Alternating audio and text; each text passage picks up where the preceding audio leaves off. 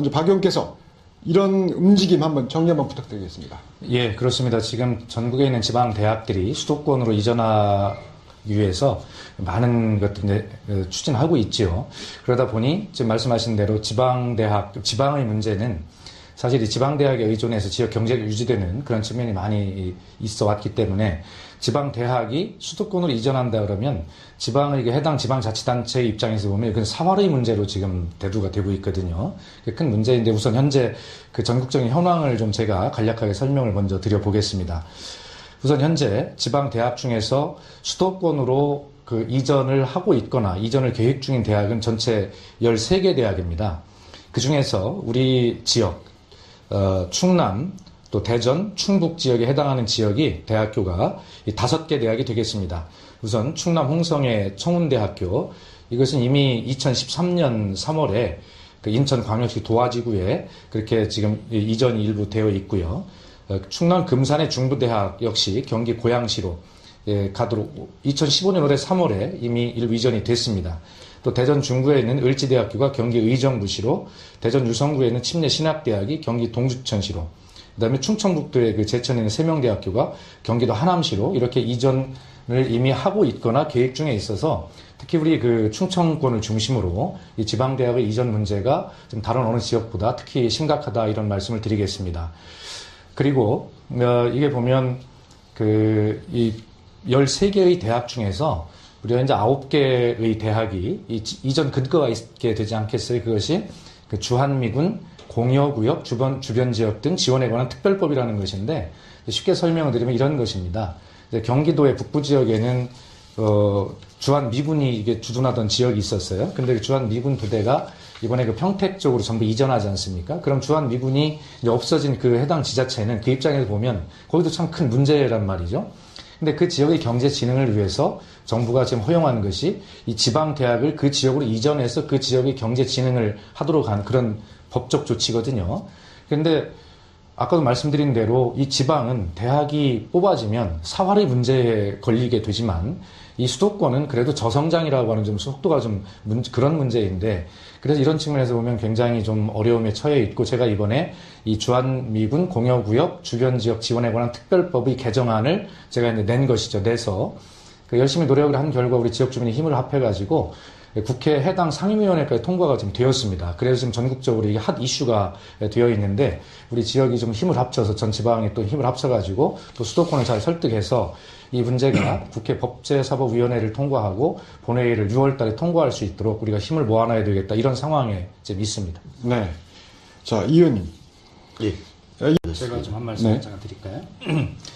그렇습니다. 지금 우리가 토론하는 대로 이제 지방 대학의 현실이라고 하는 것도 우리가 이제 생각을 안 할 수가 없지요. 근데 저는 이런 말씀 한번 드려보고 싶어요. 1995년에 김영삼 정부 시절에 사실은 두 가지 중요한 조치가 이루어지죠. 대학 설립 자율의 문제와 그다음에 대학 정원 자율화가 조치가 이루어지는데, 그때는 그 당시 뭐 시대적 필요가 있으니까 그렇게 했겠죠. 그래서 이제 지방의 대학이 우후죽순처럼 막 생겼습니다. 지방 도시는 그렇게 해서 생긴 지방 대학과 함께 생태계를 형성하면서 하나의 문화를 이루고 서로 영향을 미치는 그런 관계를 가져왔지요.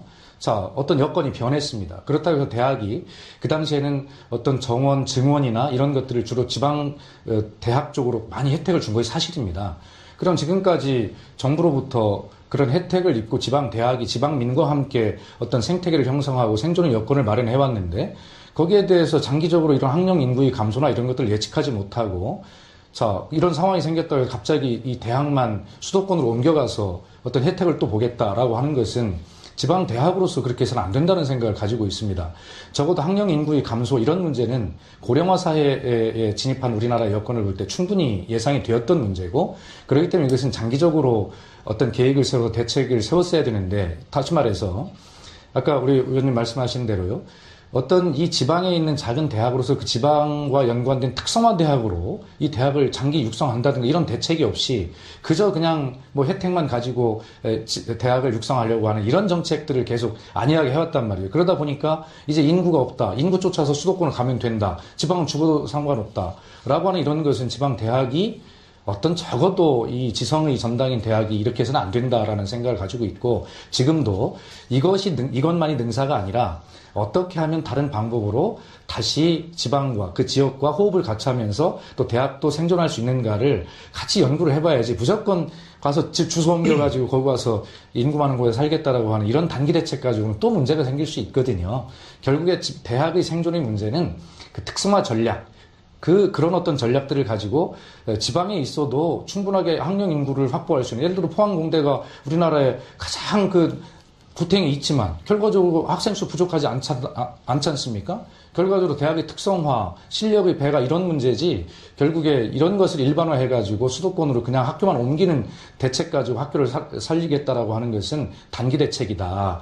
그것도 해야 되겠지만, 그러나 함께 특성화 전략으로 장기 발전할 수 있는 그러한 어떤 대책들도 함께 가져야 된다라는 것을 분명하게 지적하고 싶습니다. 네, 박 의원님이 지방대가 어떤 것 같습니다. 그렇습니다. 네. 기업의 경쟁력이라든지 따진다면 하고 싶은 대로 냅두고 해야 되는데, 결국은 이게 너무 수도권에 집중되어 있다 보니까 어떻게든 좀 붙잡아서 균형을 유지하려는, 좀 어떻게 보면 좀 부자연스러운 것들이거든요. 그래서 지금 이제 국회의원인 입장에서 보면, 사실 지금 우리 이두원 위원장께서 지적하신 대로 이 문제를 국가 전체의 틀로 놓고 근본적인 어떤 해법들을 제시하는 노력을 국가가 해야 된다, 또 정치권이 해야 된다라고 하는 그런 생각을 좀 가지고 있는데, 저만 해도 급급하게 막 이 법에 의해서 이전해오니까 그 법을 어떻게 개정을 해가지고 단기를 어떻게 막아낼까, 이런 단기 대책에만 좀 골몰하고 있거든요. 이런 것들이 우리나라 전체의 발전에 큰 도움이 안 된다, 교육의 발전에 도움이 안 된다라고 하는 것에 깊이 공감하고 있습니다.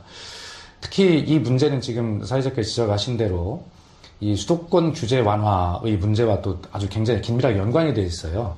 아까 말씀드린 대로 주한 미군이 빠져나간 그 지역의 경제 진흥을 위해서 무엇인가 조치를 해야 되는데, 그것을 지방대학을 이전해서 가서 메꿀 수 있도록 하는 것, 이것이 그 수도권과 지방의 문제를, 또 갈등을 야기시키는 요소이거든요. 다시 말해서 우리 지금 수도권 정비 계획법이라는 게 있잖아요. 우리 지금 말씀하시는 그 홍성의 청운대만 해도 수도권 정비 계획법에 의해서 이전이 되는 것이거든요. 그런데 수도권 정비 계획법이라는 것은 기본적으로 수도권의 입지 규제를 하는 것인데, 그 법망을 교묘하게 뚫어서 수도권의 어떤 그 과밀 억제 권역이나 자연 보전 권역, 이곳에는 어떤 여러 가지 시설들이 규제가 있을 거 아닙니까? 그런데 거기에 대한 단서 조항으로 대학의 신설이나 증설은 허용하도록 대통령령으로 이렇게 되어 있는데, 바로 이 점을 이용한 거예요. 청운대가 사실은 이게 그중에 신설이나 증설이 아니지 않습니까? 이전한 것이라고 우리는 보는 것인데, 그것을 그 이전을 신설과 증설에 해당하는 것으로 교육부와 국토부가 해석을 해준 것입니다. 편법으로 이전한 것이죠. 이것은 다시 말해 뭐냐면, 지방을 뽑아다가 수도권 부족한 것을 채운다고 하는 그런 수도권 규제 완화의 문제와 직결이 돼 있기 때문에, 이것은 비단 교육의 문제가 아니라 지금 말씀하신 대로 그런 문제까지 어떤 영역이 확장이 되어서 굉장히 복잡한 구조를 만들 수밖에 없는 문제입니다. 그래서 우선 제가 아까 장기적인 어떤 대책을 마련하지 못하고 단기적으로 이 주한미군 공여구역 주변 지역 지원 특별법에 지방대학을 이전해서 그 지역을 메우도록 할 수 있는 이 법을, 이 조항을 제안을 한 것이죠. 그래서 그 지역 경제 진흥도 중요하다. 그런데 왜 하필이면 지방대학을 옮기냐? 수도권에 있는 대학을 옮겨서 하라. 그렇게 해서 지방대학은 이전하지 못하도록 하고 수도권에 있는 대학끼리의 이전을 가능하도록 해서 그 지역의 경제 진흥을 도모하도록 하는 법을 낸 것이거든요. 그러나 제가 그런 어떤 입법 조치를 한 것도, 그것도 단기 대책입니다. 그래서 우리가 어떤 국토 균형 발전, 수도권과 지방의 문제, 그 다음에 교육 발전의 문제, 이런 문제들을 큰 틀에서 해결하지 못하고 이렇게 단기 대책에 집중하는 것이 좀 부끄럽고 죄송할 뿐이다, 이런 말씀을 아울러 드리지 않을 수 없습니다. 네, 자치단체 사이. 그게 이제 그동안에 지방자치단체가 그 대학과 상생하기 위해서 해온 역할들이 겨우 뭐 이런 정도입니다. 예를 들어서 그 지방으로 그 주소를 이전하는 학생들에 대해서 일정 부분 뭐 어떤 혜택을 좀 준다든가 뭐 그런 것이죠.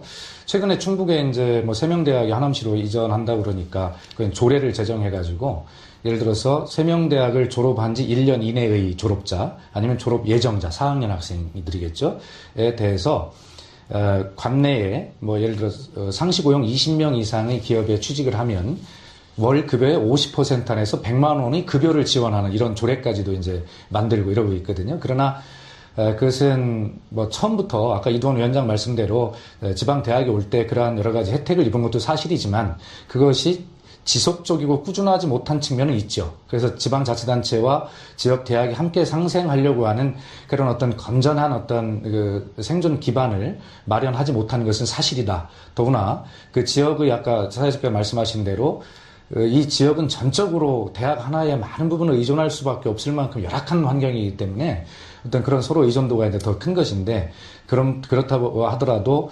지방자치단체가 그 대학과 상생하려고 하는 노력이 부족했던 것, 이것은 또 사실로 인정하지 않을 수가 없다, 이런 말씀을 드리죠. 네, 제가 이거를 준비하면서 좀 자료를 찾아봤더니 좀 재밌죠? 당연하죠. 사활을 걸고 하는 것이죠. 기업 유치하듯이. 그렇습니다.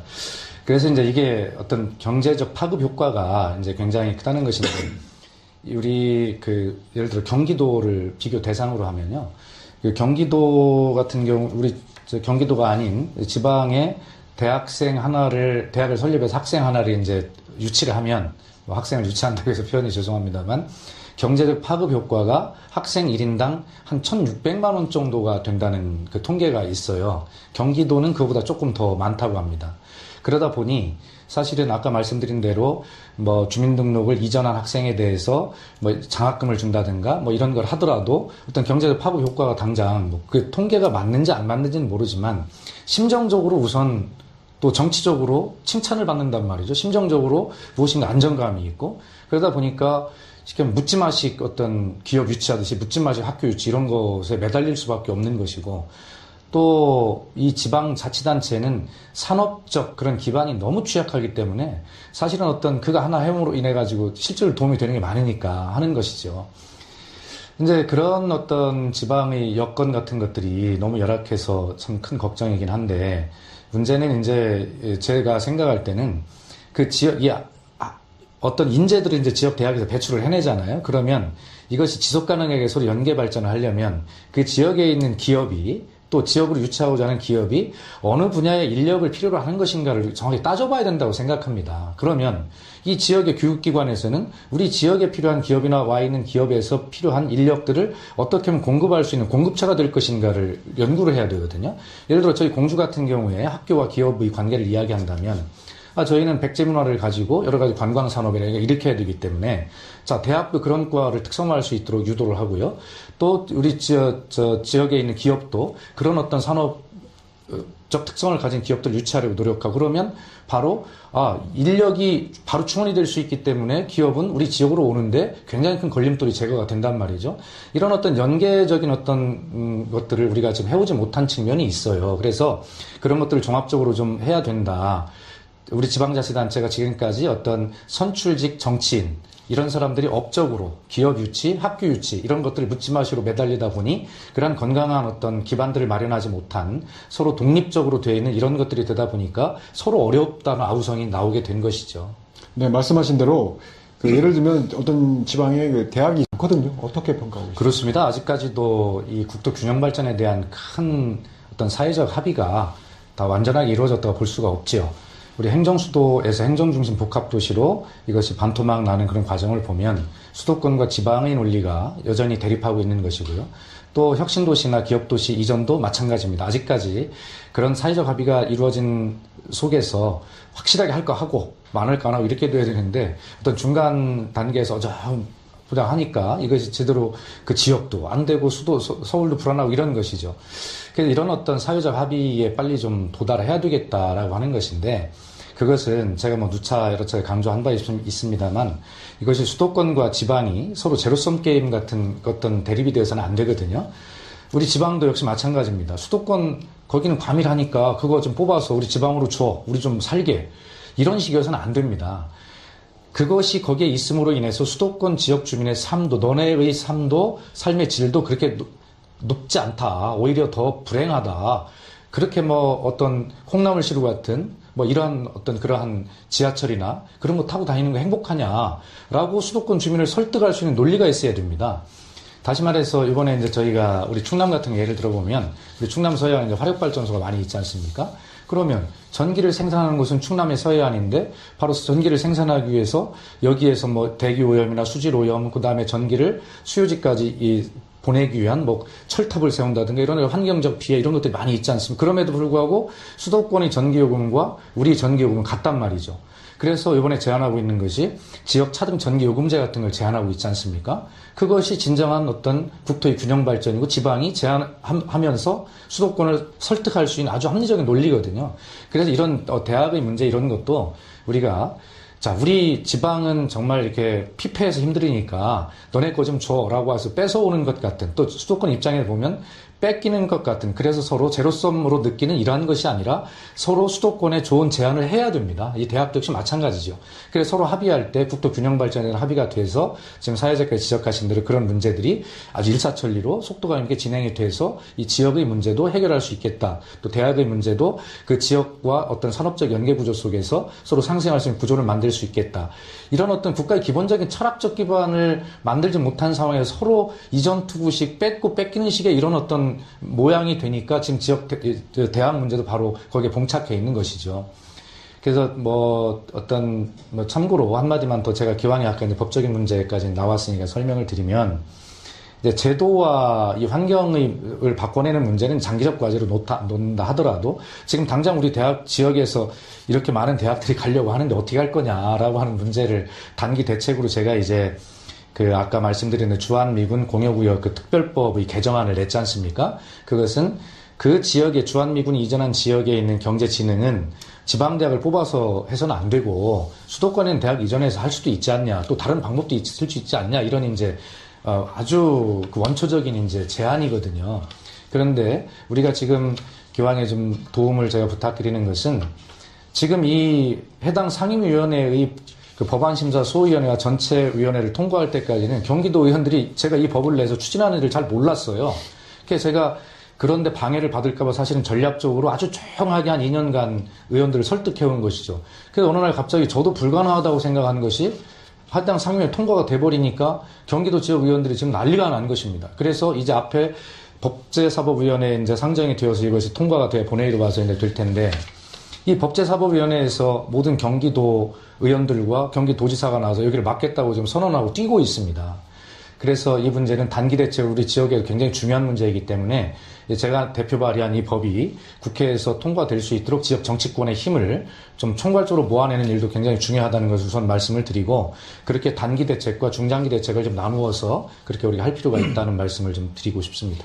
네, 그럼 국회의원으로서 좀 이런 말씀 한 가지만 좀 추가해 드리고 싶습니다. 지금 이제 좀 우리 얘기하고 있는 대학 구조조정에 대해서 이야기를 하고 있잖아요. 근데 대학 구조조정의 정책이 방향이 좀 잘못됐다라고 하는 말씀을 지적에 적극으로 공감합니다. 지금 이제 대학의 문제는 지금 두 가지잖아요. 재학생의 충원율, 그다음에 졸업생 취업률 이 문제인데, 솔직하게 얘기해서 지방대학이 여기에서 경쟁력을 갖기가 어렵죠. 그러나 이 퇴출 순서를 보면 A, B, C, D, E 등급 5등급으로 나누어서 우선 D, E 밑에 등급부터 이제 조정하겠다는 것은 여기에 다 지방대학에 몰릴 수밖에 없지요. 그래서 저는 국회의원으로서 이 교육부의 이 대학 구조조정의 정책이 잘못은 없는지 이 부분에 대해서 좀 세밀하게 살펴봐야 되겠다는 그런 생각을 하게 됐습니다.